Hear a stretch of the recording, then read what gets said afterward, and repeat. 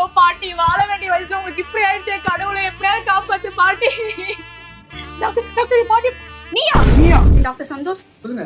ஆக்சிடென்ட்ல பிரெக்னன்ட் ஆயிட்டா அபார்ஷன் பண்ண மாத்திரை கொடுங்க டாக்டர் டாக்டர் சந்தோஷ் விட்டுட்டு போனவள் எதையும் மனசுல வச்சுக்காதடா எப்படியாவது காப்பாத்திட்டா ப்ளீஸ் டா உள்ள இருக்கிறது உங்க பாட்டியா? ஆமா ஆமா அவங்களுக்கு எப்படி இப்படி ஆச்சு? அது பாட்டுக்கு போட்டி விளையாடும் போது ராகம் எடுத்தாங்களா அப்படியே ஒரேடியா எடுத்துக்கிச்சுடா பாடையில போற வயசுல பாட்டுக்கு போட்டி. அது ஏதோ தெரியாம ஆயிடுச்சு டாக்டர் சரி உள்ள வரும்போது ஏதோ வாழ்ற வயசு நான் இருந்தது. ஆமா 98 தான் ஆகுது. 98 வாழ்ற வயசு. சரி அதை விட்டுறா எப்படி இருக்காங்க பொழைச்சுக்கிட்டாங்களா சொல்றா ப்ளீஸ்டா. என் கூட வா சொல்றேன்.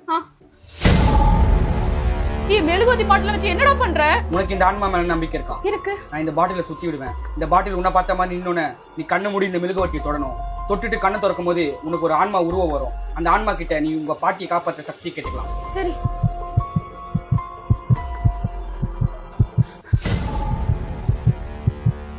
அந்த உருவத்தை நீங்க பாருங்க.